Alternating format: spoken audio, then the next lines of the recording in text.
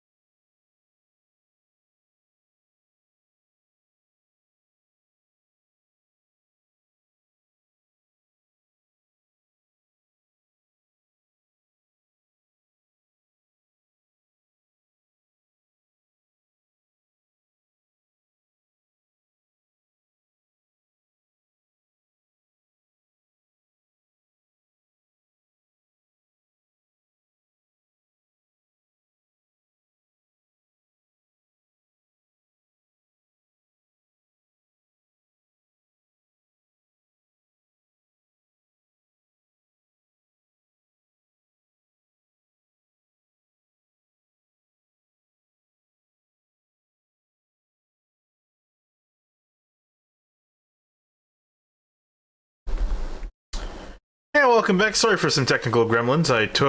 I'm completely amazing at running the show when Cal is not here. But everything should be sorted out for the rest of this broadcast. But yeah, as we were talking about coming here to Road America, fantastic racing facility, and especially in this series too, in GT cars, it lends some really great racing due to the straightaways here. Yeah, I expect that we're going to see very close racing with the straightaways keeping everybody together via the draft, and then great passing opportunities basically at the end of each one of these straightaways. So we should be see a lot of passing, a lot of changing of position from the time the green flag drops to the time the checkered is out there. Yeah, Brian Sohn running currently in 6th place, right around in the midfield. And looking at this field, Eric, see some new faces here that have joined the AM category. Out of this bunch of drivers, and I think some have been promoted since I last did a broadcast. That was at Brands Hatch a few rounds ago. Some drivers have been promoted. So out of this current AM field, who do you think's got probably the best shot of winning this race? So right now we got Corey Bunch sitting on the pole, and if we go back to the beginning of the season, when he was able to start up front, he was pretty much able to run away with those races and perform really well. So I think if he hangs on for this pole here, as we've only got just a few seconds remaining in this session, he's got a pretty good chance to stay in the lead for the entirety of it. But I'm looking at Mo Islam. He's shown some promising pace all season long. He's been on a run recently, making his way up towards the top of the championship standings. He's only 8 points behind in the AM Cup standings, so I think he's got an opportunity to make a statement here tonight, and I think he's going to make the most of it. Yeah, looking to see if he can make the most of that, especially, again, you guys got a race all to themselves. If you're looking forward to the pro race, you can wait for a little bit when we combine both fields.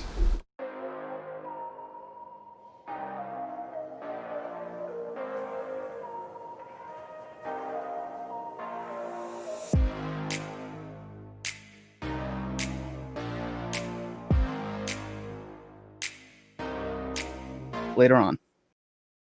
Yeah, absolutely, and we'll take a look down. We'll take a moment to set your grid here. We got a long pace lap, so we got a few things to go through as well, but we'll start off with your starting lineup. Starting on pole will be Corey Buncher, just talking about in the 69, looking like he'll have a solid starting spot. Looking to attack for that spot, starting in second place. Back in third, Nicholas Morelli in the 095. Sarah Tessam going to be lined up in fourth in the 72. In fifth place, you're going to have your point leader, Drew Lidke, and you're on the outside of him is Brian Sohn. Behind them in seventh place is Justin Johansson, and then another championship contender, and Brian Zabelski starting in eighth.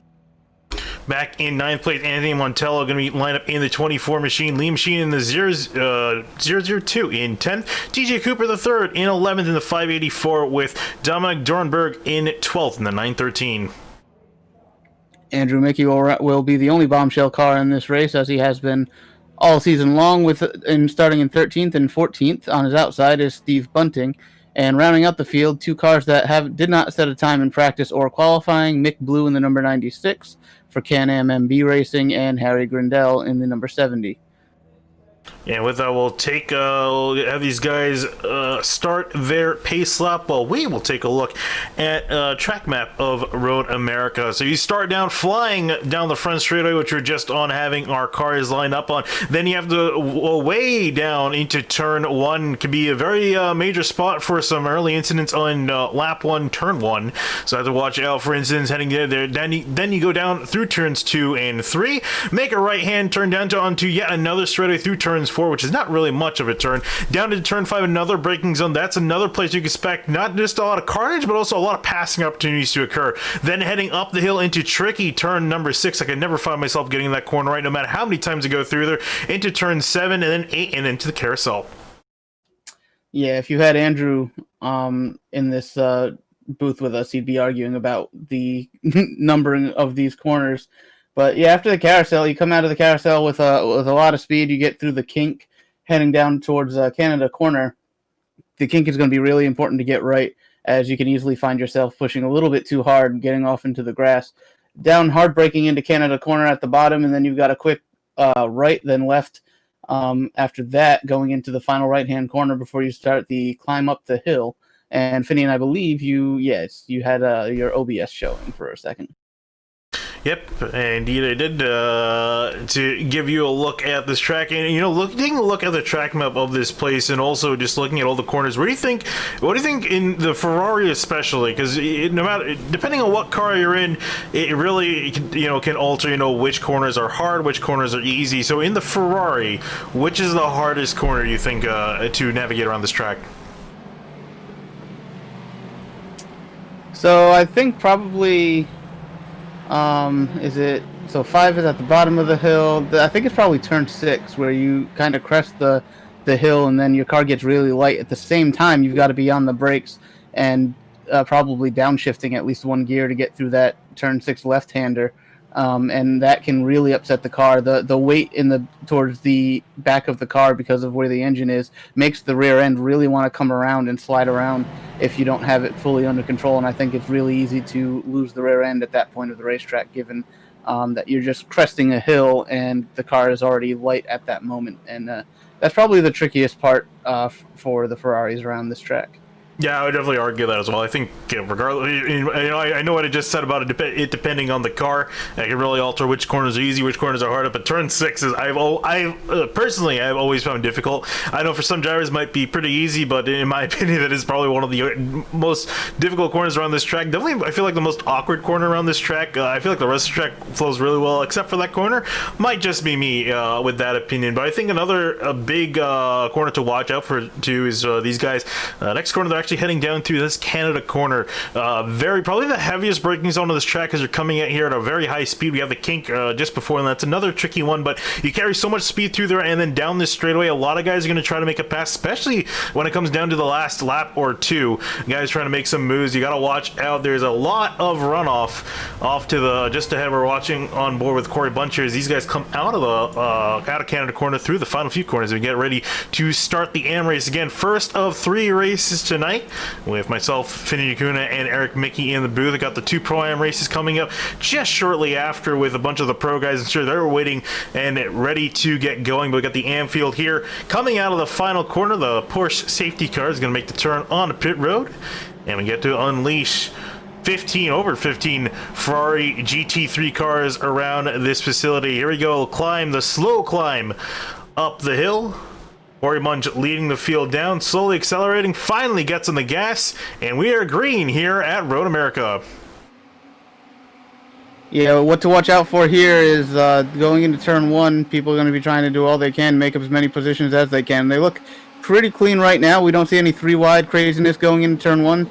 I think they'll probably be able to get through there pretty nicely, but this exit gets tight really quick with that runoff kind of going away as that grass creeps up on you. Yeah, absolutely. Looks like for the most part we made it through all right. Some battling going on in the midfield fight for third place as Drew Litke works his way on through. I see a car turn around and Sarah Tessam in the middle of the field. Looks like no one gets out. No one else gets involved. Just Sarah that'll drop to the back of the pack. Working on through now into turn 5. Another heavy braking zone. Already Corey Bunch breaking a lead away from Nicholas Morelli. Litke and Mo Islam side by side.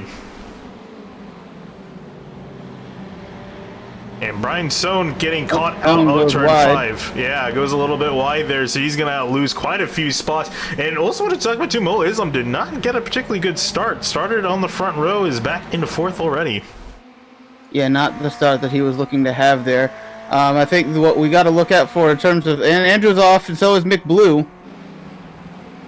Thankfully, they're both able to save it, not causing any further harm to themselves or other drivers around them. So they've been able to continue, but they did lose time and a few positions. But to keep your eye on what to look for in terms of the championship, we got Drew Litke in the 121 Can-Am, the green and black Ferrari, who is currently leading the AM Cup Championship by 1 point over Nicholas Morelli, who's in a red and black attrition racing Ferrari. Mo Islam we're looking back at him right now, I believe, as he's trying to make the pass. Yeah, heading down to Canada Corner will get the job done, and not quite. Litke gets a fantastic run on the outside of Canada Corner, using all the runoff he can. Gonna have the advantage here, heading through the left-hander. Will take the spot back. Muslim still. Oh, he's actually sideways hard into the concrete barrel, come flying back into the track. Some more drivers trying to involve another driver going spinning. As Mo Islam ends up and over on his roof. The other driver involved, Anthony Montello, and that's unfortunate for him. I was having a decent day was running around 9th. It's going to end it back in 15th for now. I'm not sure if he's got major damage. I think he is going to pit, though. I think he got a piece of the concrete wall. Heading up back to the top of the field. Battle for the lead, not over just yet. Corey Bunch trying to hold up Morelli. It's a major disappointment for Mo Islam, as I was just about to say. He's only 8 points behind Litke and really needed to make that pass to be able to finish ahead of Litke today, but that's not going to happen, at least in this first of their 3 races tonight. So he's going to have to try to really bounce back later on, but right now we've got this battle for the lead between Corey Bunch and Nicholas Morelli, and Morelli has 2 Pro-Am wins on the season to his name so far, so he's definitely had the pace and shown that he is capable of going out there and beating not only the AM drivers, but the Pro drivers as well. And right now he's putting all the pressure on Corey Bunch that Corey can take. Yeah, and I was going to say, that's really even more... Does he have any AM wins as well, or is it only Pro-Am wins for Morelli? He has an AM win, too. So he's won 3 races, 1 AM, and then I believe he's won 2 Pro-Am. That's pretty surprising. You would expect the opposite of anything, because obviously there's a smaller field, and you can argue slightly less competitive field too with the AM drivers in comparison to the pros. That's with the whole class separation in the first place. So the fact that he has 2 wins with the combined field is even more impressive for Morelli. But we've known a few times on Sim TV, he's definitely shown some speed. Still showing it here tonight in the first race, the AM race here. We got a few battles in midfield. How about Liam Sheen? Didn't realize he was running in this series, running pretty well in 6th place. Yeah, he's been here, I believe, every week since he joined, about week 3 or 4 into the season. He hasn't raced full-time every race, but he's been here quite a bit, so happy to have him on board. Looks like he's in total downforce racing colors this week, as opposed to what he had been racing before. Very nice paint scheme on those cars. Potentially could see James Walker in the Pro-Am race later on with that scheme. And that's usually what we're used to when we see that scheme on the track this year. Yeah, right. Looking at Brian Sohn here, currently riding in behind TJ Cooper. Potential battle lurking for 7th place.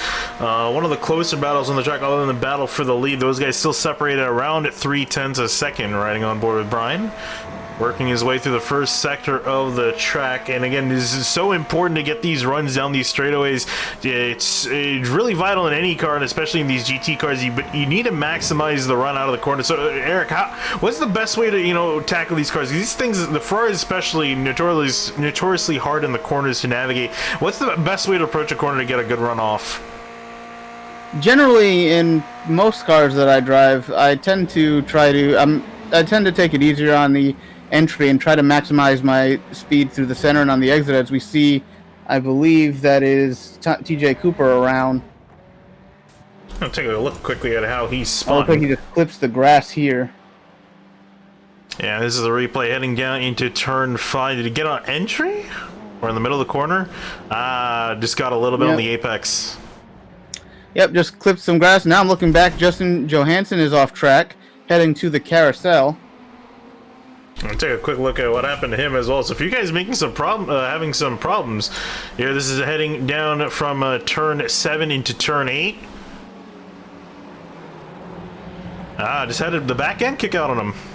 That's that death wiggle in the Ferrari that I seem to be one of the few that really talks too much about it, and I struggled when I was racing this back in the earlier season on the year. That was always my biggest struggle, is keeping the rear end underneath me while trying to push as hard as I can with it. Oh, we have Morelli, who did get around Corey Bunch at some point. Yeah, trying to see where that happened, because apparently we missed that. Oh, it looks like he just got a run out of last time out of the final corner up the front stretch, and that long front straightaway is just so long. The draft is going to do wonders for Morelli here, as he's able to just pull out to the right, and Corey's not going to do any major defending, because I think he's fully believes he's capable of riding in behind Morelli and potentially striking back later on in the race. And back here we go as he come back live. One lap later, we see Bunch with a run. He's actually going to take that lead back from Morelli. So I actually thought we were going to see Morelli just break away or run away with this, but not quite. We're going to see potentially another pass for the lead, or not. If Bunch can hold him off, we're actually just approaching halfway through this race. And Morelli run here. He has a look down into turn 5. This is big for Morelli. They have somewhat of a gap back to Lidke. Right now, Morelli would love those 25 points and to stick Lidke in third place with only 17. That'd be huge for him in the championship to start off tonight's first of their 3 races for the Am Cup championship standing. So I think he's hoping things kind of stay where they are, and Lidke won't find his way up. But the more that he and Corey Bunch battle with each other, the quicker Lidke's going to be able to. And Morelli's off. Oh, we already saw the what was it? Was it Dornberg that had a wiggle down in? Oh no, Justin Johansson that had a wiggle down in that corner before. We'll take a look at what happened to Morelli here. And I have a feeling it might just be. Oh, he just put it in too hot. He just drove in too hard, braked too late, and couldn't get it slowed down to make the corner. And we're talking about Lidke taking advantage of the situation. Well, he's moved himself up into second place as a shot at trying to catch Corey Bunch. I'm curious now, with Bunch back in clean air, if he has a chance of breaking away from Lidke, or if Lidke can try to chase him down. We'll see. We'll say Lidke, Morelli did do a pretty good job of getting that back on track and getting it recovered. He hasn't lost all that much ground to Drew Lidke for second place, so I think Morelli might still have an opportunity to repass Lidke to take that position and some points away, but he's going to have his work cut out for him, as they are coming up on 5 or 4 laps to go. Yeah, by our estimates, it's showing it should be 4 laps to go, just about. Our counter's not always completely accurate, but typically it is. So I would say about 4 laps to go for these drivers. Looking at Liam Sheen, he's getting a little bit racy here. He's looking at 4th place between himself and Brian Chabelski.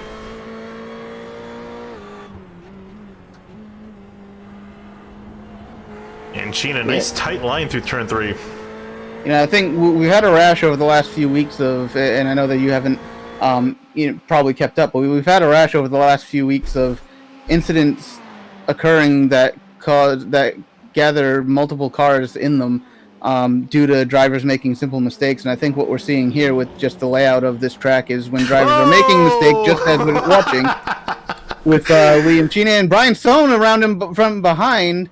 Did he get help from Dornberg? No, they didn't block the track. Wow, a traffic jam out at turn 5. For some reason, they scheduled a demo derby on the exit of turn 5 during this race. I'm going to have a discussion with the track organizers for that one. Yeah, let's see what happened here. Well, we kind of saw what happened with Sheen. He just got a little bit too greedy here. We saw this earlier incident here, just clip the inside curve, and then Brian Sona. Oh, he actually got punted. I believe that was Dornenberg who got into Sohn. And these guys ended up having the same idea of turning into the other direction and then just completely blocked the track from everyone else. So, feel bad for the innocent bystanders in that one. Everyone who got caught up in that. But never mind. As I was about to say, we were seeing drivers making mistakes but not really taking out other guys with them, and then they went and proved me wrong as I was about to make that point. So here we are looking at Justin Johansson trying to come back on Mick Blue, who were both just involved in that accident out of turn 5.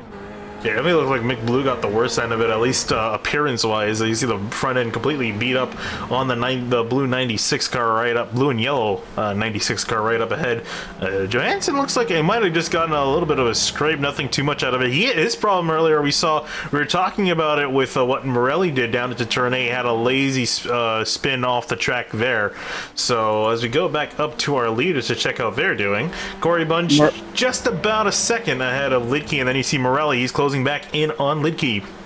They're just close enough that they might be starting to get some help from the draft from Corey's car, so that gap could close a lot quicker than it has been in the last couple of laps. And as you see on your screen, Morelli has all but caught Drew Lidke to potentially take that second place away.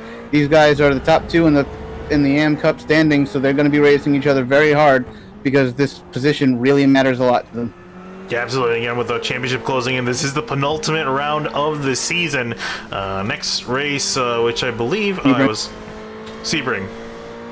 Sebring is going to be the final round of the season. If I'm not mistaken, too, Sebring was the finale race for, I think, the first. Oh no, it was the season. It was the first race we covered for you guys. I remember now. Yeah, Sebring has been on the schedule quite a bit over the years, and typically it is one that either starts or ends the season. For us, but just because it kind of like fits that role. But we haven't been there, I think, since sometime last year. So has it really been long? Wow.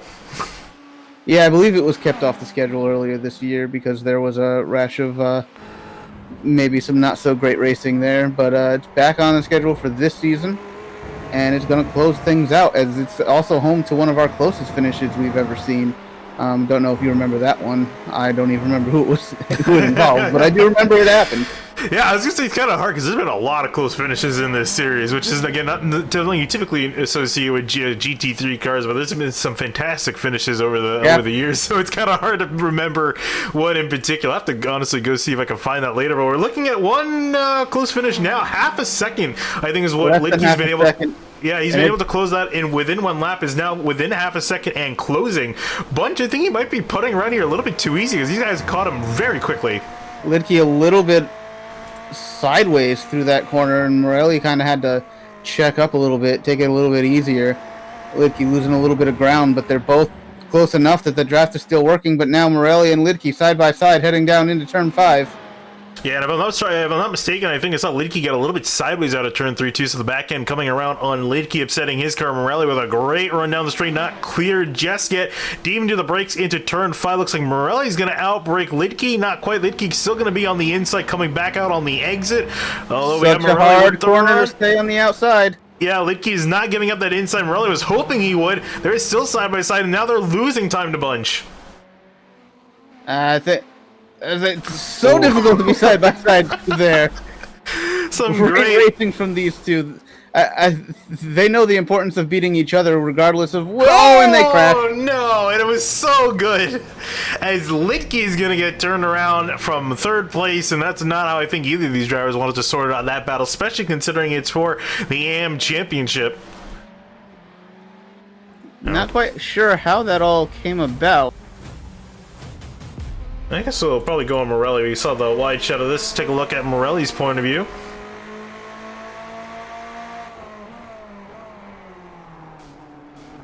Yeah, it looks like he was trying to slot in behind. I think thought Lidke was going to go a little bit further, and then unfortunately turned him around in that incident. So Morelli lost a lot of time. Looks like he gave up time. Not sure if he's going to give... oh, wait, no, never mind. It's just Shabelski in behind. I got confused for a second. Brian Shabelski in the 12 car running in third place, so Morelli wouldn't even be able to give... Morelli off track. Oh, wow. Off the final corner. Shabelski's going to go through for second place. And this is getting worse for both of them. Man, they were running second and third, looking at a shot at taking the win, and now they're running third and fifth as they come to take the white flag. And Shabelski is within a race worth of points. He was only, I believe, 16 points behind Lidke for the point lead. So he's going to gain some here if he can hang on to this position. Yeah, Lidke not done just yet, as we just saw him make a pass on Dominic Dornberg for fourth place. Dornberg going to settle back into fifth. Lidke, I don't think, is quite close enough to get back at Morelli. But, meanwhile, we should mention this is our final lap. Yeah, I didn't mention it just briefly, although this is the battle we thought it was going to be for the lead. It's going to just look like be a battle for the midfield. Is this spot as Dornberg's come back on Lidke, looking up the inside into turn 5. Been the trouble spot all day. Let's see what happens here between Lidke and Dornenberg. Morelli around again, up ahead of these guys. Oh, you're gonna be 3 wide out of turn 6. Didn't think I would ever see that. As you see Lidke gonna work his way on through, and for Morelli, it looked like he was at least gonna finish ahead of Lidke. But I guess you can say karma intervened there. It's not over just yet. Got a 3-way battle for third place. These guys are all over the place right here. Not sure how things are gonna play out between the three of them on this final lap as they come through the carousel. And Will Morelli's car looking really squirrely in the back, and it's still struggling for grip here as they come flying out of the carousel for the final time in this race. Morelli looking at least trying to get one spot here. He's got 2 guys just up ahead of him. Again, you talked about how he needs to keep up with Lidke. Here he's got to run at least getting 1 spot back. He's got a great run. Durnberg heading down to Canada Corner. Can he make it on the outside? Oh, Durnberg was in way too high. Durnberg just takes out Lidke. Oh, and Lidke for the second time this race is getting put the other way. I'm sure he's not going to be too happy of a camper. But meanwhile, up in front, Corey Bunch, he's going to come in with the win and going to be quite a ways back to second place, where you find Brian Jabelski heading up. He'll take that second spot of the podium. Morelli looks like he's going to take home third, a little bit slow out of the final corner. Durnberg may have a run here as he crests the hill. Looks like it's not going to be quite... As they come to the line, he's going to weave, he's going to bob. It's not going to be enough. Morelli takes home third. Dornberg in fourth. Justin Johansson going to come home in fifth. Mick Blue going to come home sixth. Looks like he's a little bit slow. I'm not sure why he's slowing down, as Lidke is going to take the spot away from him. That was an interesting finish. I imagine we're going to see quite a bit of conversation in the Discord and potentially some protests for some moves that happened in this race, but so Morelli championship wise, Zabelski comes out on top after Corey Bunch takes the win in the Am Cup feature race, and then Morelli finishes third, Dornenberg fourth, Johansson fifth, Lidke sixth. So championship implications after this race already, and we've still got 2 more where these guys have to try to figure out how to get through the next 2 with many more cars on track. Yeah, we'll have to see how that's going to play out. You saw the replay there. This is Durnberg, I think, was trying to get too much out of a decent situation here. I'm not sure if he was trying to go for the dive for Lidke, or if he was just too focused on where Morelli was braking that he just missed his own braking point. But for Lidke, man, I really feel bad for Lidke. I don't think you can not feel bad for him after getting taken out twice in one race. Yeah, I'm sure he's going to be hot under the collar there, but can't dwell on it too much. He's got to get into the next session and go back racing in just a few minutes. Yeah, indeed. We'll take a quick look at your finishing results. Again, Corey Bunch taking the win in the AM Cup race here at Road America. Then we got Brian Spelski, Nicholas Morelli rounding out your podium. Lidke going to be disappointed with all the way back in 6th, but he's got to pick himself back up. We still got, as you mentioned, we still got 2 races coming up afterwards where we could combine this field plus the pro field. Yeah, as you said, after the carnage we've seen in this race, those 2 races are going to be pretty interesting, pretty spicy. So we'll see what happens next. So, we'll take a little bit of a break so we can get into the next server, and we'll be right back.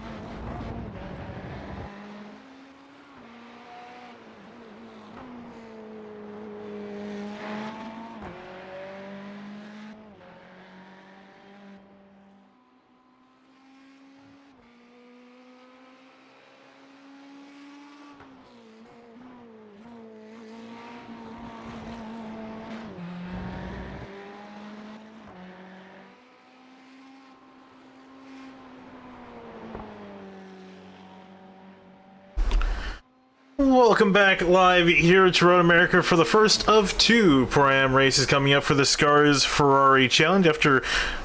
Yeah, we think that there'll be two races. We are not exactly sure yet due to iRacing. I want to blame iRacing on this because I feel like that coincides too well with what's going on. So there's a little bit of mishap setting up the server. Eric Mickey, admin for this series, and also commentating with me tonight, set up a new room to hopefully try to fix it, but we had the same problem. So we're not sure this is an iRacing thing. They just changed the way the heats are displayed, or if tomfoolery is about to happen. But we'll find out either way. We do know that for the very least, we do have qualifying for the event up and running, and these guys are out here putting down their times. Yeah, I'm happy to blame iRacing on this one, because otherwise it would be my fault. So anyway, we'll just see how it goes. But for right now, what we do know is we have just about 7.5 minutes left in qualifying for the first Pro-Am race of the evening, and nobody has been able to get a time in yet, but we expect that to be happening over the next minute. Indeed, I'm trying to see who's the leading of those drivers. I think it's a 06 car. That's Jake Johansson leading the charge of qualifying, or drivers attempting to set a qualifying time down. And as he works his way through the middle part of the checking start, turn 5, ironically not at the start of the race, but in the middle of the race, ended up being a traffic jam. It ended up being quite a bit of things for quite a bit of drivers, and I'm not really sure why that was the case. Just seemed kind of random that about halfway through the race and through the finish, that seemed to be the trouble spot. It is one that you would expect to be the trouble spot, but yeah, to get through the first lap or two without really many issues at all, and then have the issues we had in the remaining time of the race was a little bit odd. But we got our pro field out there in this race tonight, and then all those AM drivers who just competed in, and that one should be on top of things here for the rest of the night. Yeah, we have Jake Johansson still looking at him heading to the back part of the course, flying on through the kink. Hasn't caught any drivers out, although I have a feeling with some more drivers on the grid, someone might get a little bit antsy on the first few laps and try to head through there side by side. We did see Canada Corner have some carnage play out in the last few laps. Do you think these guys might take it a little bit easy after seeing what happened, or do you think it's going to be still as treacherous? No, I think if we've seen anything proven thus far this season is that they don't necessarily calm down after seeing some trouble in the previous race. I think we're going to see the same kind of hard-nosed racing that we saw. I'd expect another incident or two like we saw with the Dornenberg and Lidke at the end of the AM Cup feature there. So that's, I think, what we're in for. A lot more cars, creating a lot bigger hole in the air for drafting, so I think it's just going to raise that competition level all that much more. There's the first wave of drivers are coming on through past the start-finish line. It's going to be Kurt Crumlett sitting up on provisional pole. Very slick-looking car, I might add, as well. Yep, that is the new bombshell livery that came on board when Isaac Snyder joined the team. Kurt Crum, pole sitter from last week, which was really the first time that all season that he really shown that kind of dominance and pace. He won the pole and then went on to dominate the first race of the Pro-Am last week, and I think he's looking to bring that success to Road America here tonight. And Chris Hudson, we just saw he actually have a little bit of a loop down to turn 5, so he's going to have to take out this lap. He's got still enough time to make one, maybe 2 runs. Guess we can get back going. Actually, might more be like just one more run that he'll be able to complete here. Also, Mitch Welker rounding out and throw. Oh, he actually also went for a bit of a loop. A Minnesota Vikings paint scheme. Yeah, it threw me for a loop for a second. Not used to seeing the purple Viking car out here. Mitch usually drives a red and black version of that paint scheme, but those Project 2 guys like to change things up with their schemes, make them a little personalized for certain events, and this time around decided to run the Viking scheme here in Wisconsin. We're in Wisconsin, right? My brain's fried. Sorry about that. Yes, we are in Wisconsin. I really hope we're in Wisconsin.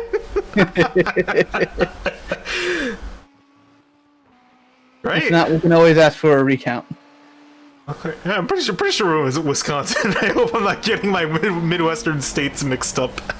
Well, you said Minnesota, and then I was like, wait, why would he be? But we're in Wisconsin. I don't know. I guess it's probably the closest we'll get to Minnesota. I guess so. Not like there's any real popular tracks in Minnesota. No Kurt offense, Crum Minnesota. improved his time by a couple tenths to a 2:05.6. Chris Hudson sitting second, and Mitch Welker sitting third at the moment. Yeah, and actually big gaps between Kurt Crum and Chris Hudson. Looking all the way back, it's 3/10 between first and second, and then only 16,000 between Mitch Welker and Chris Hudson for that second place spot. So Welker can find he's got one more lap that he's able to continue on before qualifying is good. The time is going to run out in qualifying. I'm also looking at some guys that have yet to set down a time, notably Zach Buchanan. He's just about to head up the hill. He's been notably up near the front of the field in some way, shape, or form.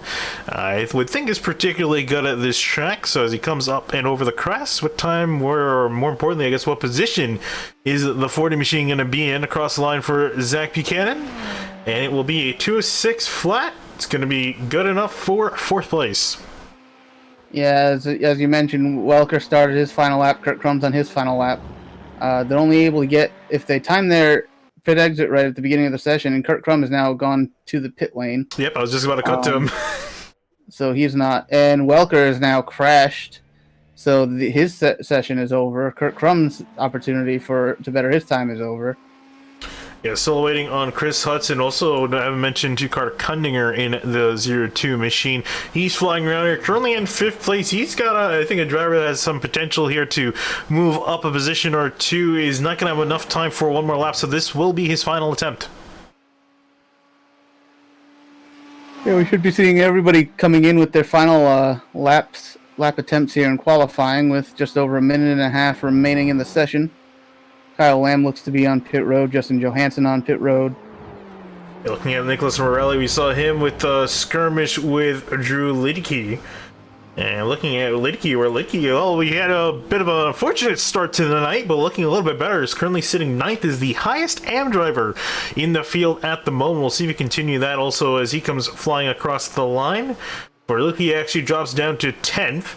He goes a little bit faster, and actually goes all the way up into fifth. How about that for Lidke? Carter Kundinger puts in a time. He goes Hudson up into goes third.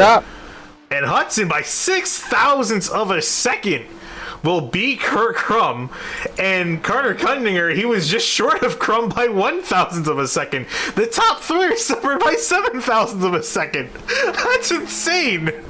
You mentioned there was quite a gap between first and second when the lap times first started coming in, but that certainly closed up there. Still got about over 3/10 of a difference between third place and fourth place, sitting back there. But fourth and fifth are separated by just 0.004 of a second. So some close battles to be had in qualifying. It seems most drivers have completed their times and are on pit road.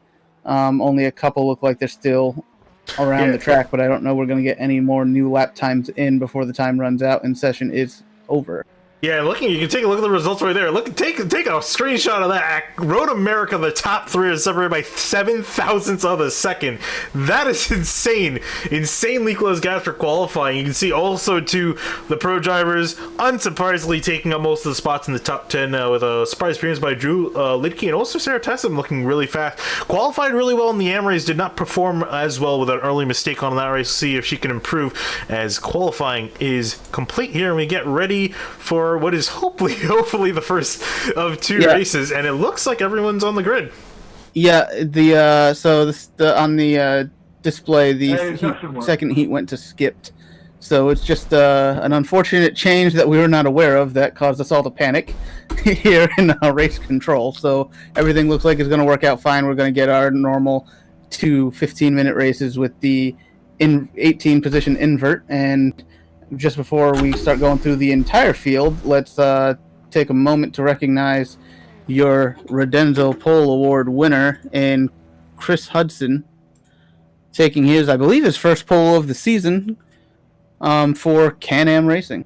Indeed, fantastic qualifying effort for him. Definitely earned it. That was an intense battle for that pole spot, too. It's a great job for him for earning the Rodenzo Pole Award. We'll also quickly go through starting lineup because we don't have a whole lot of time to be waiting around. So Chris Hudson, as we mentioned, he's starting on pole with Kurt Crum next to him starting in second. Moving on back to row number 2, Carter Kundinger going to be sharing the second row with Bryce Clusa in the 5 car. Moving on back to 5th, we find Mitch Welker in the 77 next to Zach Buchanan. In behind them for row number 4, it's going to be Drew Lidke, your first AM driver, next to Jake Johansson in 8th in the 09. Rounding out your top 10 will be Sean Unterkuffler in 9th in the 9 car and Sarah Tessum in 10th. We don't have no more time than that. We're getting ready to go racing here. Hudson already on the gas, and we are green here at Road America. I'll fill you in on the point situation as we go along later on. And you see Kurt Crum already pulling on in behind here as we head flying down towards turn number 1.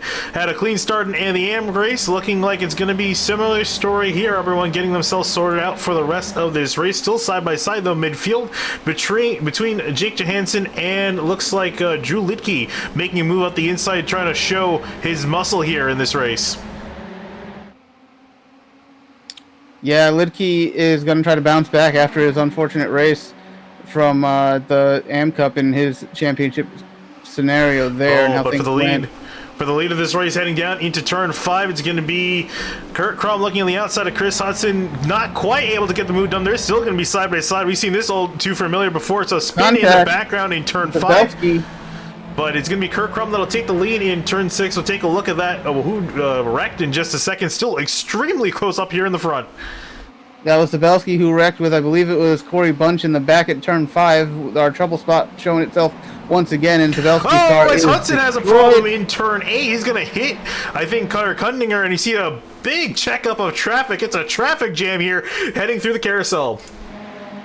Yeah, just missed that happen for a second. Unfortunate for a lot of drivers there, but Kurt Crum starting to scoot away in that first position, trying to repeat his performance from last week's race 1 at Suzuka.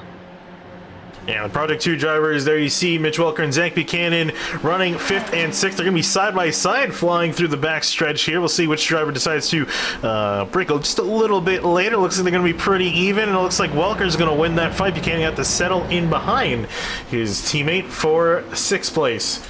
As we look back up, Kurt Crum trying to extend his lead 1.6 seconds back to Carter Kundinger, Bryce Clusa, Chris Hudson, and Mitch Welker, your top 5 at the end of lap number 1. I said I'd fill you in on our point scenario, and right now, coming into tonight, Zachary Buchanan will be the point leader with 165 points over Bryce Clusa with 149, Jake Johansson with 144, Carter Kundinger with 141, and Chris Hudson with 127. Oh! As we have Clusa around, this is not good for him, as he really needed to try to make up points on Buchanan tonight. Yeah, and I was going to say he was having such a good run up until this point. We'll take a quick look what happened. I saw him making a move out to have a look on Carter Kundinger that's heading down into turn 1. Dove in really high. No one to blame but himself for that. Just drove it in too hard. Absolutely. That was just a little bit more than the car could take there. As we have side by side between Welker and I believe Lidke. As Chris Hudson in 3rd place, still side by side, similar to what we saw with Lidke and Morelli earlier in the race. They're going to head through side by side. You see Hudson going to squeeze out Welker out of turn 6, and in behind you see Welker and Buchanan still eyeing for a spot heading to turn 8. I think that was Sarah Tessum. Welker is in the purple car this week. As we're looking back at Chris Hudson. This is just racing all over the place right now. Kind of hard to keep up between both screens I've got on following all the action. Yeah, a lot of great racing looking up. Is race looking to be pretty exciting here. Welker, Buchanan, and then we got Sarah Tessum actually dropped all the way back to 11th, it seemed. I was running pretty well up in 9th. She's got in behind Andrew Mickey in 12th place in the 86 machine. And you're trying to make a run on the inside for Canada Corner. Is he going to be able to complete the pass? Tessum seems to be giving him the position. Tessum is one of those drivers who has has actually been able to show some speed since joining SCRS this season, but also been involved in quite a bit of incidents, not necessarily of her own doing. Some are, some weren't. So I think the goal for her has to be to just get through a race cleanly and figure out what it takes to do that with this competition, and then go from there. As I just saw, Anthony Montello spun off the final corner into the wall by himself. Yeah, it's been a bit of a struggle for him in both races, all the way back in 25th after starting 17th. And is out in both races so far. TJ Cooper around in front of the field. Not sure if he had help. Everybody else seems to get through. This looks like there was some multiple drivers involved. Oh, hello. 2 wide? Do we go 3 wide here? Looks like it was a thought. Didn't quite go with it. Just 2 guys going for the same spot. And that was Mick Blue. That was the car that TJ got into turn 1. Looked like Cooper may have, and we'll have to look later on, may have just cut it a little bit close there. Oh no! Hudson going flying off the track with a little bit of a shove from Mitch Welker. And that's actually going to slow Welker down just a little bit. Here comes Buchanan with the look that can't quite get it done. Lidke, is he going to overshoot the corner? No, not quite. Just a bit of a dive. He's now going to try to hold off Kyle Lamb, another Project 2 driver. Project 2 looking pretty good at the moment. Yeah, Hudson had a really bad exit off the previous corner and had everyone checked up, slowing up. I'm not quite sure what happened and why Welker ended up punting the rear of him. Not sure if Hudson just got on the brakes too early for that next corner, but we'll take a look at it right here. There's a look on the replay. No. Just a disagreement in space. Welker just a little bit too aggressive there from that point of view. Yeah, I mean, turn 7, hard to set up for. Everyone's trying to get on the left-hand side of the track to get as much room. It's a fairly tight corner. You don't necessarily want to be on that right side, so I think Welker was trying to get as much room as possible. Unfortunately, no more room that Hudson can give. He's going to be really disappointed being all the way back in 22nd. That being said, though, remember, we do have an invert. I don't know why I'm saying remember to you. You're the one that runs this series. But remember, for the viewers, if not, that we do have an invert, the top 18, if I'm not mistaken. Yep, 18 cars will be inverted so long as they all finish on the lead lap. Right now, Corey Bunch has that 18th position after an early problem, but he may have just taken 17th. Yeah, and there's Chris Hudson. There's a gap that Hudson has to make up to be in that inverted spot, then could really get a benefit going into the second race. I'll have to see if he can get there first. It's going to be a bit of a tall order here as we're already halfway through this race. Kurt Crum up an easy lead ahead of Carter Kundinger. No one in the vicinity. I can use English. As we see Zach Buchanan throw a move up the inside of Mitch Welker, though. There's some English right there. But Buchanan going to take the third spot on the podium ahead of Welker. These guys, I'm curious if they're going to fight much more for this. They've been kind of fighting with each other all race, and especially being teammates, how far do you go? I mean, Buchanan has a pretty decent lead in the championship standings, but I think right now there is not close. It's not enough of a lead to really feel comfortable, even with only 1 week left. So I think Welker, unless he feels like he's being absolutely held up by Buchanan, I think Welker's probably going to let Buchanan kind of run away here and more so become the protector of that position to get the best result for Buchanan in terms of the Drivers' Championship. Yeah, we'll see if Buchanan. I don't think it might be a bit of a tall ask to drive back up to Carter Kundinger here was the next time to come by the line before laps to go. We'll see if he can get it done. Looking for some more. Andrew, Mickey, and Sarah Tessum going at it back here down into Canada Corner.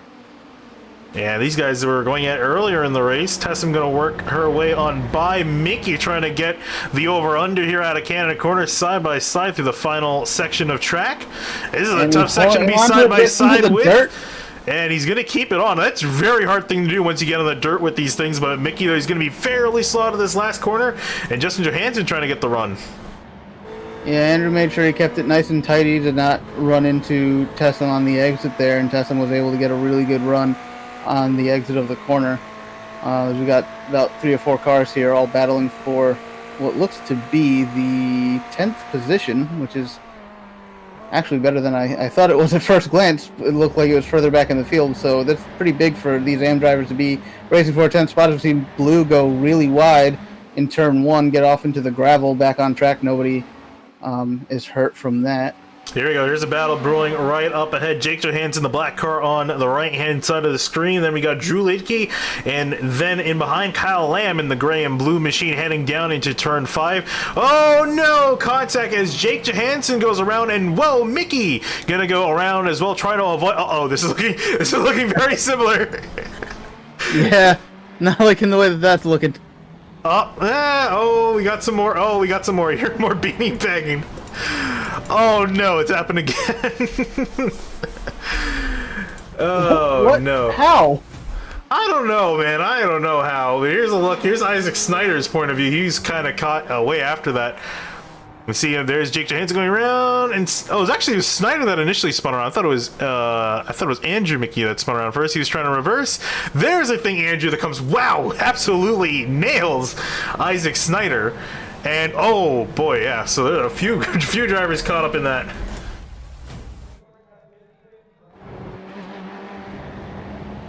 So, once again, turn 5 proving to be a bit of a demo derby. Yeah, At about the same point in the race, too. I'm not quite sure what's happening there. Yeah, no kidding. It's ironic that is the same exact scenario as you saw in the AM Cup race.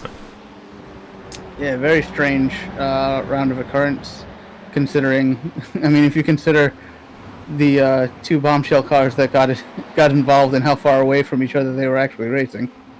Yeah, unfortunately, both those guys ended up getting involved. So we saw Isaac Snyder who came back. He was in pit road. Andrew Mickey still running around in 12th. And you can see he's actually just ahead leading this pack with Dominic Dorenberg, Mick Blue, and Corey Bunch in frame here. Taking a look at the battle for... Oh, I thought it would be a lot harder for him to get through the spot, but Chris Hudson's currently in the invert spot looking at getting pole for race number 2. Yeah, when you have some carnage happen ahead of you, you get a couple of spots that way, and he definitely had the pace, I think, to get there anyway from being sent back to 22nd after his early issues. So he's going to be, for sure, setting himself up for a pretty good starting position for race 2 and try to bounce back with that advantage. As Kurt Crum still leads comfortably by almost 4 seconds over Carter Kundinger, and then Buchanan is about 3 or 4 seconds further back in 3rd, with Welker following him. Yeah, taking a look back as we were just looking at that battle, Dominic Dornberg has a bit of a draft train in behind him. But looking at a battle that's getting pretty close between Morelli and Kyle Lamb. Oh, Kyle Lamb, as I was talking about him, goes flying around in turn 8. Morelli going to get blocked, and they're both going to go flying into each other off the track. Sarah Tessman's going to say, hello, thank you very much. Actually, what she's going to say is, hello there. Had a time that perfectly. Timed that perfectly. Someone mentioned that in the comments, and I thought as much as that, and had a perfect time to use it. So Tara Tessa going to take 6th place away from everyone else. Going to try to drive away from her teammate, Kyle Lamb, another Project 2 driver. And Jake Johansson trying to chase him back down. I believe Isaac Snyder also has a message in the same spot on his car, if we get a chance to take a look at that. But right now, going down into Canada corner, Andrew Mickey... Sorry to cut you off. These guys are going to be pretty close together. They're going to be almost side by side heading through the penultimate and corner. It all went wrong in Canada corner. As it always Andrew does. involved, Corey Bunch, Mick Blue, all involved in an incident there. They're all around sideways. Oh boy! Oh, this is this is really something right here. Here we go, 2 by 2, heading down into Canada corner. And where does it all go wrong? And nobody gave. Looked like Blue got a little upset on the entry to the corner and just caused a multi-car pile up there with the way that his car got out of shape. Johansson goes around Kyle Lamb and followed by Morelli, who also completes the pass in turn 1. Lamb's car pretty damaged. Now Morelli going for the pass on Johansson in turn 3. Whoa! And you see Morelli gonna throw no favors to Jake Johansson there. It runs him almost off the track, but that's gonna bunch all these guys back up. This is looking eerily similar to what we just saw heading down into Canada corner. Let's see if it's a little bit cleaner this time. I don't like the look of this. They're headed to the Bermuda Triangle, man. We'll see if it ends up that way. Oh, and it goes wrong. Morelli turned. I really hate that I'm laughing, but... That's what this is a nightmare for you. It is. This is not fun for me. But it was just so predictable with the way that we've seen things go, and you just hope it's going to go better than it has. But that Bermuda Triangle down there in turn 5 strikes again. I'll take another look from Jake. Yeah, it really was predictable because, again, these cars, once you get on the brakes, again, with the ABS, there's nothing more you can ask of the car. That's just about it. So if you get on too late, you're going to hit the guy ahead of you. I think this is nearly what happened. You see a big run right up against a bumper, tries to outbrake him, but sent them flying into the wall. You know, I think the only driver who is going to be completely calm and have really not much to talk about is Kurt Krum, who is still 3.7 seconds ahead in the lead. We've got 20 seconds remaining in this race, so I believe he should be getting the white flag right now to start the final lap of race 1 of the Pro-Am races here at Road America and definitely Wisconsin. Yeah, I really hope that is right. Especially, I mean, I would imagine, considering the love of cheese, you got the Sargento Bridge that Kurt Krum's coming up just too shortly. But yeah, as you mentioned, nothing really to talk about for Kurt Krum other than just taking the lead of the race in the first lap and never looking back. You can see right there is the Sargento Cheese Bridge that he's heading under, and again, 4 seconds back to Carter Kundinger. You can see right there. Again, he's actually been able to make some sort of inroads on Carter Kundinger, a few tenths here and there.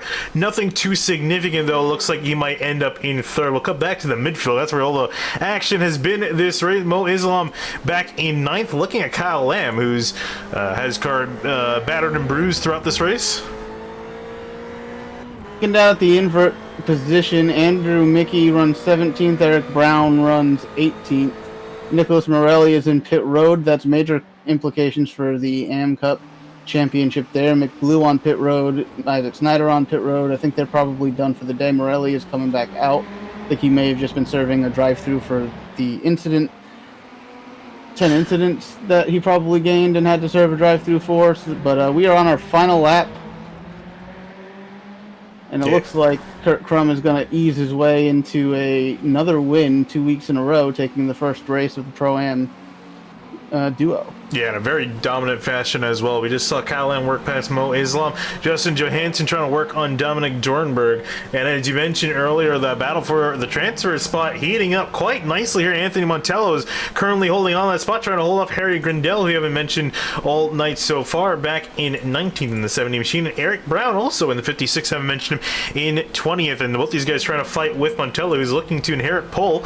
And I think he's going to be hoping he can just make it around another half a lap back to the finish line to secure that. Meanwhile, though, up and over the crest is going to be Kurt Krum. Fairly boring race, I imagine, from his perspective, but I don't think he's going to care because it's going to be a win in his books. Carter Kuttner are going to come across the line in second. Zach Buchanan rounding out the podium. Mitch Welker going to come home across the line in fourth. Drew Lidke, despite poor effort, or poor finish, I should say, back in the AM race, not poor effort, got hit around twice, is going to come home in fifth. Sarah Tessam going to come home in 6th place. Jake Johansson in 7th. Kyle Lamb just going to be ahead of Mo Islam for 9th place, or for 8th place. Mo Islam in 9th place. Justin Johansson in 10th. And everyone else coming across the line too. Looking at the battle also for that transfer spot as well.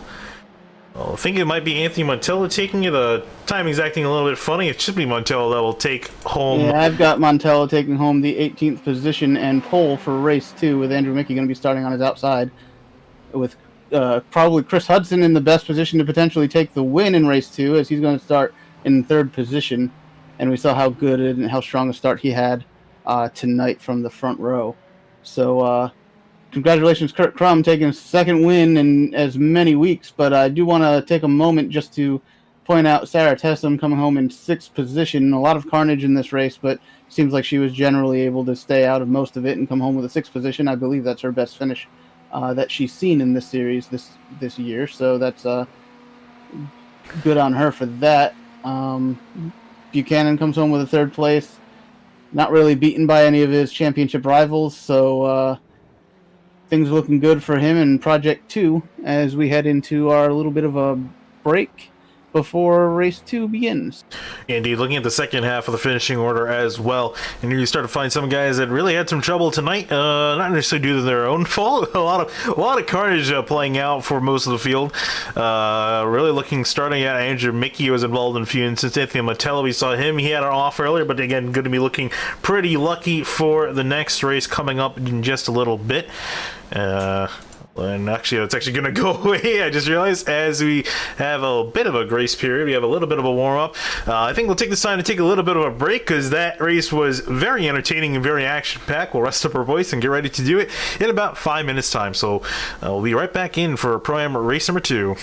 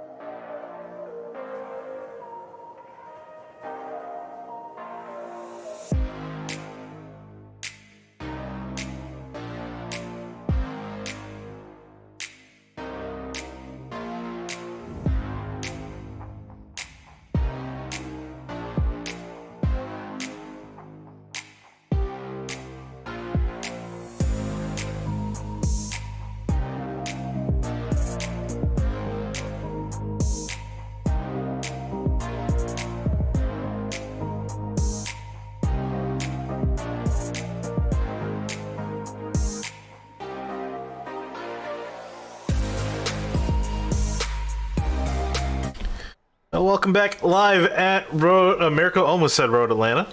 But we're back here at Road America, which has been putting on some fantastic racing, I think from our point of view, but I think from Eric's point of view as an admin, it's going to be an absolute nightmare to go through after. And the best part is, now we have the invert race, which has been notorious for bringing the most amount of carnage, and we already saw quite a bit of it, wouldn't you say, Andrew? Did you just call me Andrew? Did I say Andrew? Oops, sorry, Eric. Oopsie daisy. I don't know about why. how the night's gone. I don't know why. I've never commented a race with Andrew. No, you haven't. I think that's just an omen for the rest of the night. Well, I mean, or everything else tonight was an omen for what we've been seeing. Oh, well, either way, actually, so through that, apparently Harry Grindel was actually put on pole position. Montello will actually be starting in second place, as we just got clear for the pace car to start rolling here. We got a short pace lap. Don't think we'll pull up the starting lineup, as there's pretty much the order we saw in the last race, but it's going to be a long way for Kurt Crum now, starting back in 18th. And if I'm him, after what I've seen, or I guess what he didn't see in the first race, I would be a bit concerned starting back here in the field. Yeah, I hope someone fills him in on what to expect, but we're about to go racing in the final race of the night here at Road America. Indeed, as you come over the hill, it's going to be green flag in there. Harry Grindel leading them on down to turn 1. Andrew Mickey in the race is going to be side by side with Anthony Montella heading down to turn 1. We'll see how this is going to play out with both these guys hitting on the brakes. We've been clean the first 2 times through turn 1. And crash behind them. I believe that was Morelli, got turned by somebody. I think it's Sean Unterkoffler involved, or Steve Bunting. Now, I'm not sure about that, but heading back up to the front, Harry Grindel goes off the track. You can see him there coming onto the right side, so it's going to be Andrew Mickey. That'll be the lead of this race. Anthony Montello in second. Chris Hudson looking at some chance of redemption here in this race after being punted off the track by Mitch Welker. He's going to immediately go for a dive to the inside in turn 5. Going to still be side by side with Andrew Mickey on exit. Cross your fingers as the rest of the field comes through the Bermuda Triangle. And for the most part, looks like they're going to make it on through. For now. As the field is filing out single file. Trying to push it too hard, trying to go too wide in places you can't. Making pretty late moves and aggressive moves, and things just keep going wrong. So hopefully they've learned their lesson and we can have a better, cleaner race all the way through this one, but we'll see. And a brawl in the middle of the field here, looking at Kurt Crum's progress, trying to see where he is. Oh, and he actually got the short end of the stick. He's got major damage. He was involved in that turn 1 incident with Morelli. I think he actually might have been, if I'm not mistaken, I think might have been the one that hit him off. I saw a black and blue car. Wasn't sure who it was. I think that might have been Kurt Crum that hit him. But heading down to Canada corner, Chris Hudson going to be leading the race ahead of Andrew Mickey, Anthony Motello, TJ Cooper, and Corey Bunch. And Bunch, too, our AM Cup AM race winner earlier on. He did not do well in race number 1, Pro-Am race number 1. So looking to redeem himself here in this race, currently in the top 5. Let's see if he can hold on to it. Yeah, and Bryce Galusa has already retired from the event. He was caught up in a first lap incident, apparently. Everybody else still running. Kurt Crum is your last car running back in 25th with that damage. Single file all the way down until you get back to, I believe that's Carter Cunningham pulling out to make a move on Mitch Welker. Indeed, he's going to be looking up the inside pretty tight through turn 1. And here's essentially our race leaders from the first race. They're currently sitting 8th and 9th, battling out for that spot. Welker trying to be the one that leads this charge up the order. Then we got Sarah Tessum, who ran pretty well. Oh, a car getting a little bit sideways in behind. That's Justin Johansson that got a little bit of dirt. Then we find Zach Buchanan, points leader heading into tonight. And if he can finish well in this race, I think might come out leading the points still. And Brian Stone goes wide into turn 5. We'll get back on in one piece, and saw Mitch Welker out a little bit wide, as well as Carter Cunningham was able to get on by. Even Sarah Tessum was able to get on by. Might want to take a look at that.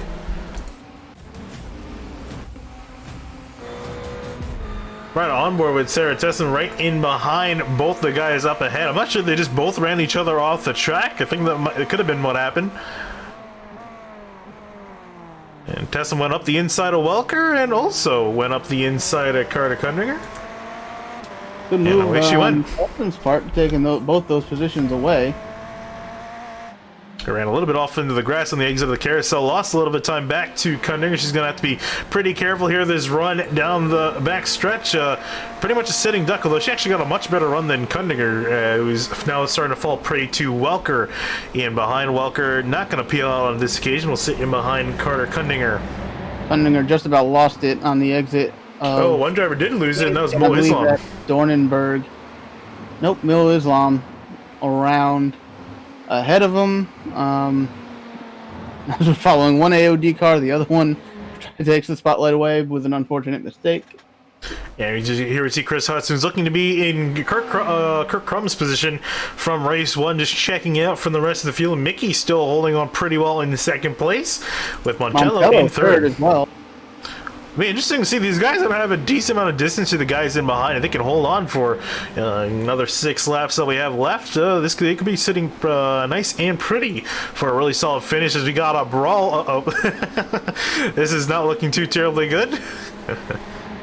Nope, and if anyone's been following for the last few weeks, when you get a bunch of Project 2 cars together, it's usually not something that ends well, so hopefully they keep things in line and in order going through the Bermuda Triangle this time by. And I believe we're about a lap away from when we expect everything to go wrong here, based on the first 2 races we've seen tonight. And Mitch Welker is struggling quite a bit in this race, just cannot seem to find his footing. I would have thought he would, again, be the one leading this charge to the front, but Kundinger's gone by, Tessum, his teammates gone by, and now even Zach and his other teammates gone on by, so Welker back into 10th place with Jake Johansson also sitting behind. Oh, and whoa! Sarah Tessum off the track in turn 8. Yeah, we haven't seen an incident down here for quite a while. This is the first one. Oh, there actually I think was another car off the track as well. Let's take another look. Let's see what happens here. Hopefully he's not getting punted by her teammate. I think... Corner, I think. Might have been distracted by the other car that spun out. Still not sure who that was. Couldn't tell. Yeah, I couldn't quite tell from that what happened. Oh, has he got a change up for position? Montello goes around Corey Bunch, and then so Andrew must have had an issue in this last lap because he's lost 2 positions to Montello and Corey Bunch. And I think it might have jinxed him is what happened. Yeah, probably. Someone closed it in, and they've had a couple run-ins already this season that Andrew's not been happy about. So we'll keep an eye on that situation going forward. Here we have Carter Kundinger again with his climb up through the order, trying to make a pass on Brian Stone for 5th place. There you see him behind as well. Project 2 drivers side by side for 7th place. Carter Kundinger going to get the job done. Welker not quite going to get it done. Buchanan's still going to fight, and even Jake Johansson's going to be real into this battle. Almost makes it 3 wide heading down into turn 3. Yeah, I feel like Welker normally wouldn't, as they get really close, the 2 teammates there, normally wouldn't have bothered trying so hard to race Buchanan, but when you have someone like Johansson on your bumper pushing you, you've got to be able to make a move. Just noticing Nicholas Morelli has also retired from the event, another Am Cup championship contender, having not that he wants. And Justin Johansson hangs on for... Yeah, he hung on for dear life. Uh-oh, I heard a car around. Turn. And right on clockwork, not a big of an incident as we've seen in previous times, but you were saying within the next lap we were due for something that happened. This is it. There's Justin Johansson that got a little bit sideways, was able to hold on to it. And Lamb, oh, some pretty bad neck code it seemed off of one of the... Yeah, it was really weird. I think he maybe reacted very quickly to avoid hitting the car ahead of him, and it just ended up backfiring and causing himself to wreck. Here we got a battle on our hands. Anthony Montello trying to hold off Corey Bunch. Corey Bunch, again, the winner of the AM race earlier, and is looking really well for this race here. Looking to at least get the 2nd spot on the podium. Going to make a great move down into Canyon Corner. Will get the spot done as Carter Kundinger is lurking in the shadows, trying to move his way up through the order. Is now on the outside of Andrew Mickey. This is a tough place of the spot to make a move, but is not going to set up for the final corner. get a moment, can you go back to Montello's rear camera and kind of zoom out a little bit? He had a message on there. I believe that's in memory of Sonia Montello. I'm not sure who that is to Anthony, but figured he put it on there and noticed it. Want to give a little shout out to that and someone he's racing for here tonight. Yeah, absolutely. He's definitely doing a great job at doing that. He's going to still fight. Thought Corey Bunch might have been able to take the spot and run away, but Montello's still putting up a fight. We'll see if he can continue that great drive for the 24 car in this race. And in behind, we're starting to get bunched up here, heading down to turn 5. We haven't had a major incident down there this race, and these guys looking awfully racy here. And Jimicki trying to hold off Carter Kundinger in the red and white machine. Brian Sohn in right behind. And points leader Zach Buchanan as well in this battle as we go 2 by 2 into turn 5. Make it through on this occasion. Looks like everybody was able to get through just fine, thankfully. And heading towards turn 7 is going to be Mickey Carter Kundinger, and then Zach Buchanan also snaking his way on through. Oh, and Carter Kundinger with I'm not sure that was a block or a passing attempt, trying to get through on Andrew Mickey, and see Buchanan all over the back of Carter Kundinger looking for a spot. Yeah, I believe that was probably an attempt to make an aggressive pass on Andrew that he just didn't get enough of an advantage on him as he wanted. And I think Andrew's definitely holding up Kundinger with Buchanan right behind him, and now Son has caught them right back as they head through the kink and going down into Canada Corner, and hopefully we'll see that they keep it all together and see if Kundinger can complete a pass on Andrew here in Canada Corner in a minute. He's got a bit of a run. Andrew going defensive on the inside, and Zach Buchanan going to throw it up there. He gets on the brakes really late to avoid hitting Carter Kundinger. That I think was a smart decision and a quick decision to prevent these guys from making contact. Buchanan going to lose a little bit of time as Carter Kundinger, you see he's really pushing out. Imagine a little bit frustrated being stuck in behind Mickey. Yeah, for any NASCAR fans who happen to catch this live stream or have it on VOD, Andrew is the Ryan Newman of the SCRS Championship. Very difficult to pass, even if you're his own blood. He does not let you go. Let's see, here comes another attempt. You saw Corey Bunch work on through Anthony Montello up ahead. We'll cut to that. Still, Mickey able to hold off Kundinger into turn 1, but Carter Kundinger going to do the over-under heading down through turns 2. Now through turn 3, looking up the inside. Will this be the fall of engine Mickey from the spot? Mickey trying to do an over-under out of turn 3. Yeah, Kundinger textbook setup, Andrew, for that move in turn 1, as we have side-by-side between Bunch and Montello for second place. Side-by-side between Kundinger and Andrew for 5th place. Oh, and a little bit of contact. Yeah, a little bit of contact in behind. Mickey racing aggressively. Carter Kundinger clear and through for 4th place. For 5th place, not so much. Buchanan is trying to get on the throttle to get ahead of Mickey. Will indeed do so on this occasion. Now, Mickey under attack from a giant train of drivers in behind. So having to check him into turn 7. Welker looking for a spot on through. Oh no, and so I'm going to run Welker off the track. Welker goes flying on through turn 8, and a few drivers going off the track as well, sewn off, as well as Mickey. I'm not sure if he was able to make it on through. I don't think he was. No, yeah, he's sitting there sideways waiting to be collected. Or waiting to get going again. Take another look at that. A bad move by Sohn there, trying to get clear when he had Welker coming on his right-hand side. Yeah, you can see the move by Sohn trying to hold off Welker. 3 wide just does not work in these cars. And there's Mickey trying to get on through, caught some gravel, and around he went, ending his day back in 22nd. That's going to be very unfortunate after such a promising run up until that point. But up ahead now, looks like Corey Bunch, he's fallen prey to Carter Kundinger. Now Montello looking at facing the same fate here as you look right off the back of Anthony Montello's car. In memory of Sonia Montello, trying to hold on to the 2nd place spot. Got 2 more laps to go. We'll see if he can get it done. Doing a bit of a block, bit of a bob and weave from Carter Kundinger, looking up the inside, heading to turn 1.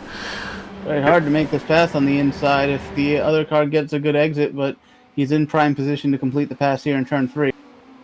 Indeed, still side by side in turn 3. Carter Kundinger going to make it on through, but that's by no means clear. Still have to make it through turn 5. We'll see if Montello has a good enough run to get back at Kundinger. Looks like he's getting somewhat of a run. I don't think it's going to be enough to challenge here down in turn 5, but he's got to defend from Buchanan in behind. Buchanan now going to throw it up the inside. Got a great run through that corner. Both these drivers going to be side by side heading up through turn 6. Buchanan's been making a lot of moves work through this corner, and will get his way on through. Mattel going to try to do a switchback, but Buchanan's got the spot clear and done. Buchanan now going to set his spots on Kundinger up for second place. If I'm not mistaken, Carter finished in second place in race number 1 as well, so looking fairly consistent for the 0-2 car. And also, where's Carter in the standings?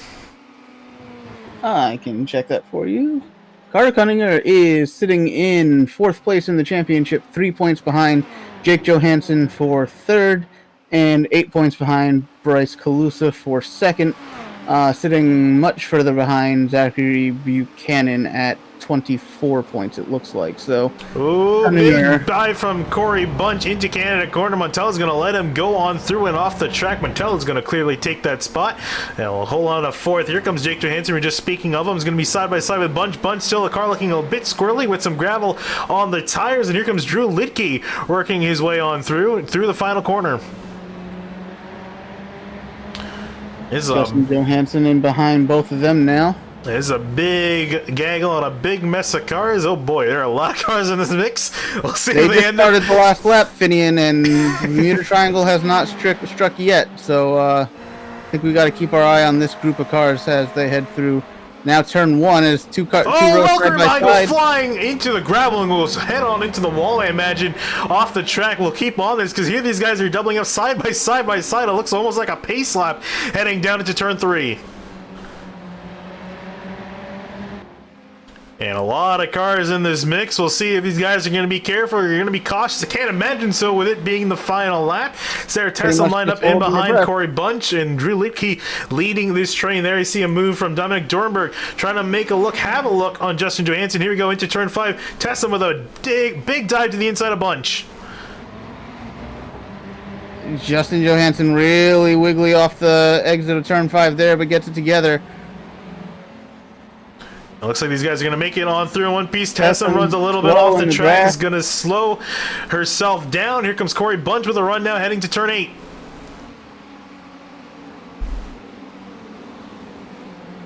And Tessa, another mistake, goes flying off the track, going to lose to Bunch, Dornberg, and also I think that was Unterkuffler who's worked his way on by. He's had a fairly poor night in comparison to the rest of his Project 2 teammates. Has started back in 23rd, has worked his way up to 9th, so it's a big climb forward for the number 9 machine.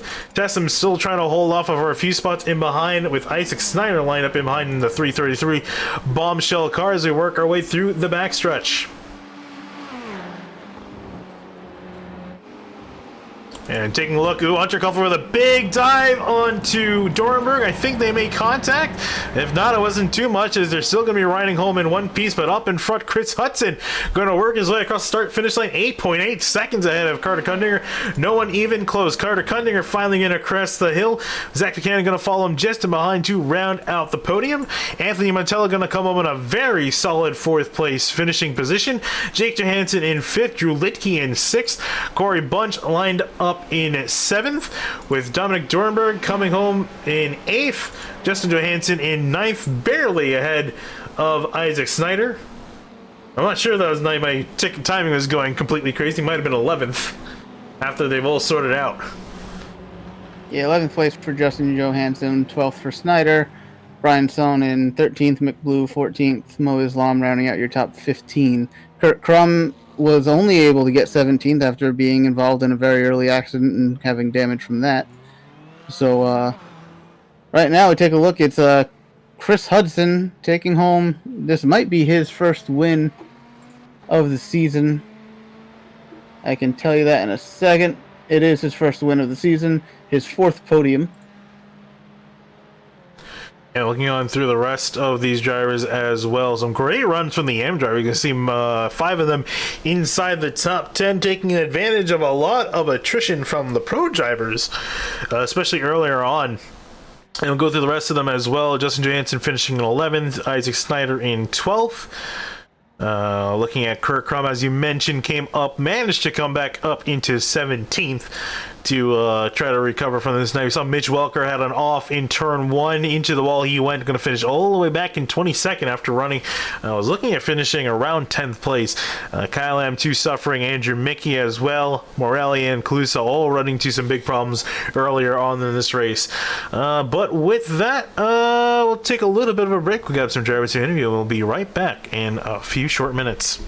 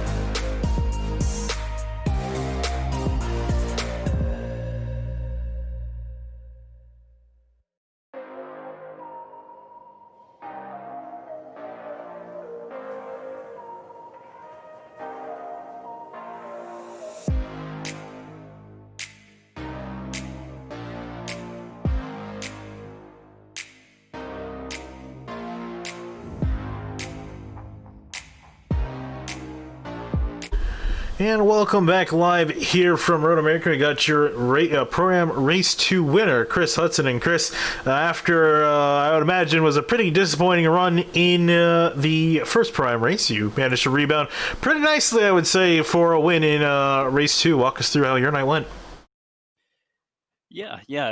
That first race was definitely disappointing. You know, I was up there with the fast guys and just, unfortunately, got into some contact there and went off and, was able to recover at least to get a good position on the invert. So on that invert, I was able to get out front pretty quickly and did my best Kurt Crum impression and just tried to take off and leave everybody behind me. So it definitely worked out. Yeah, definitely succeeded in that respect. You saw you were battling in the midfield in the first race, and just kind of walk us through like how difficult was it to compete with everyone else? Because it seemed like no one was safe from the other drivers. You couldn't just easily break away. You're almost always under attack. Yeah, definitely. With the long straights, the draft, it's definitely hard to get away from people. So that in the middle of the pack, it's chaos. So you got to keep your eyes open, kind of watch your mirrors, watch in front of you. It's just there's a lot going on, a lot of heavy braking zones where there's lots of opportunity to pass. So it's definitely a lot going on, but it makes it a lot of fun. So that's why this is one of my favorite tracks because of that. Yeah, well, definitely played out for you in the end. Maybe not in the first race, but definitely in the second race. Chris, thanks for talking to us, and best of luck in the race finale, the season finale next week. And with that, we go on to our AM race winner, Corey Bunch. And Corey, even in this race too, you did pretty well for yourself. Finished in 7th place. We saw you were in a fantastic battle in the midfield, and just kind of take us through how your race went. Well, I first have to say, thanks to Pinnacle Racing for giving me a nice piece for the AM race. We, they just on point with just the setup of the car, and I just love this track. Always had a knack for it. So I was able to really take the win, so I was pretty happy about that.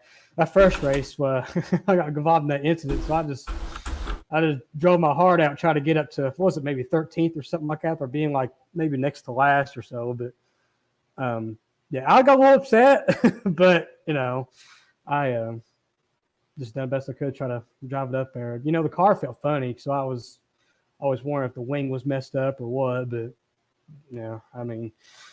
could have been worse. That's for sure. Could have been worse. And then the second race, drove all the way up to second and messed myself up twice, and got upset about that. Probably have done seventh, but overall, just done the best I could. Sweating over here too, but done the best I could. Yeah, I can imagine. We head next week to Sebring. How do you expect to end up performing there? I would say fairly different in a lot of ways to Road America, but also similar in some ways as well. Similar, having some long straightaways, but some pretty tough, pretty challenging tracks, especially with bumpiness. So how do you think you'll fare going into next week? I won't. I don't care much for Sebring. I don't want to be honest with you. And Eric, he could tell you about that for a fact. I've not had the best of luck with Sebring, but we'll do what we can. This is a stellar team, and they never let me down. So we'll see. Well, Pinnacle could use you wrecking out of the lead. Just shut your mouth. Yeah, well, we'll definitely see how it works out for you, Corey. Hopefully it goes well, similar to how it went for you tonight in both the AM race and Pro Am race 2. So best of luck to you. Yes, sir. Thank you, guys.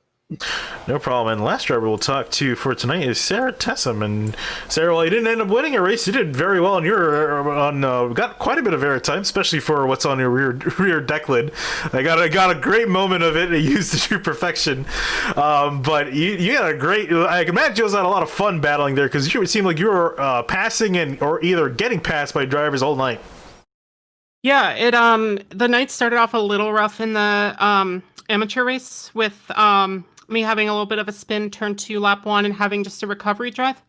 But I think I made up for it in the heat race and feature race. Yeah, it was a lot more pacey here than I am at other tracks when I do league racing, so I had a lot of on-track battles. It was quite fun.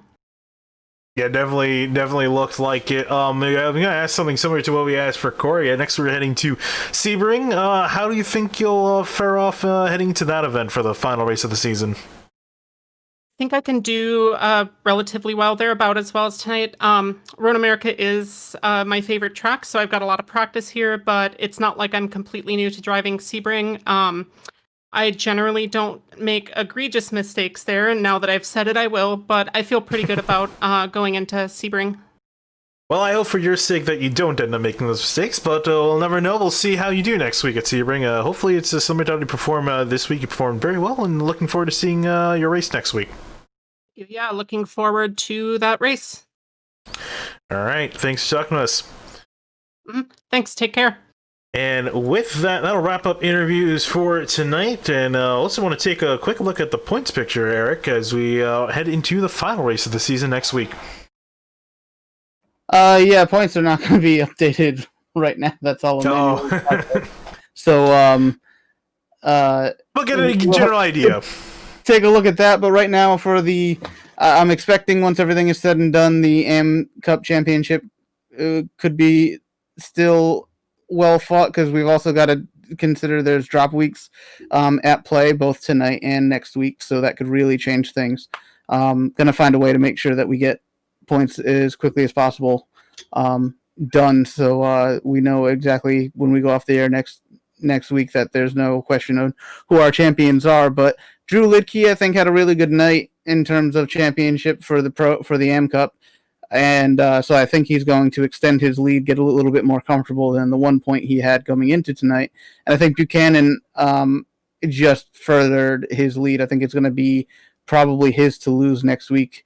But within that, after looking at after the first place, after the champions are decided. There's still a lot of drivers that are within just a handful of points that you're going to see could see a lot of shakeup over over next week's 2 races for the pro guys and 3 races for the AM guys. So I think it's going to be something to watch. Going back to Sebring, haven't been there for a little bit. We're probably going to see the final race take place in the dark, maybe even completely in the dark, and so that's going to be a new challenge, a different challenge for everyone to come to grips with. And it's I mean, I'm sure it's going to be fun.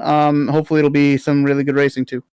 Indeed, looking forward to it. After some great racing here from Road America, my name is Finn Yakuna here with Eric Mickey, and we'll be signing out for tonight. Thank you for watching.